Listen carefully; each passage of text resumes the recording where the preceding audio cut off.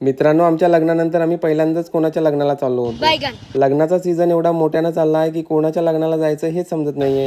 पण जिथं लग्नाला जात होतो तिथं येऊन आपला मोठा घोळ झाला होता. आपल्याला लग्नाचा हॉलच भेटत नव्हता. पण थोडीफार छानबीन करून आपण लग्नाच्या हॉलमध्ये येऊन पोचलो होतो. हॉलमध्ये येऊन आपल्याला समजलं की विधी अजून पण चालूच होत्या. तोपर्यंत नवरीच्या बाबानेच आम्हाला सांगितलं की तुम्ही जेवण करून घ्या म्हणून. मग काय आम्हाला परत सांगावं लागतंय होय? डायरेक्ट गेलो जेवणावर ताव मारायला. जेवणाला होते असे 12 प्रकारचे आयटम. ही 12 पक्वानं खाऊन याचा रिझल्ट आम्हाला उद्या सकाळीच काय तो भेटणार होता. असं डिझर्ट बिझर्ट खाऊन हॉलमध्ये मस्तपैकी एसी खात बसलो. एसीची थंड हवा आणि या सिंगरची गाणी ऐकून मन अगदी शांत झालं बघा. तुम्ही म्हणाल की ही सगळी लोक अशी का वाट बघत बसले, तर ती नवरा नवरीची वाट बघत बसले, कारण इथून पुढे चालू होणार होतं रिसेप्शन.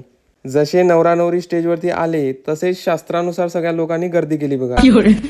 मित्रांनो, आमचं पण हल्लीच लग्न झालंय, म्हणून नवरीच्या आईने निवीची पण ओटी भरली होती. एवढ्या गर्दीत लाईनमध्ये कुठं उभं राहणार म्हणून आम्ही हॉलमध्येच बसून राहिलो. जशी गर्दी कमी झाली आम्ही पण गेलो स्टेजवरती. मित्रांनो, या जोडप्याचं 8-9 वर्षाचं लव्ह मॅरेज आहे. इतकी वर्ष प्रेम टिकवणं आणि नंतर लग्न करणं म्हणजे कौतुकाची गोष्ट आहे. आजच्या व्हिडिओमध्ये एवढंच. व्हिडिओ आवडला असेल तर शेअर, लाईक आणि फॉलो नक्की करा.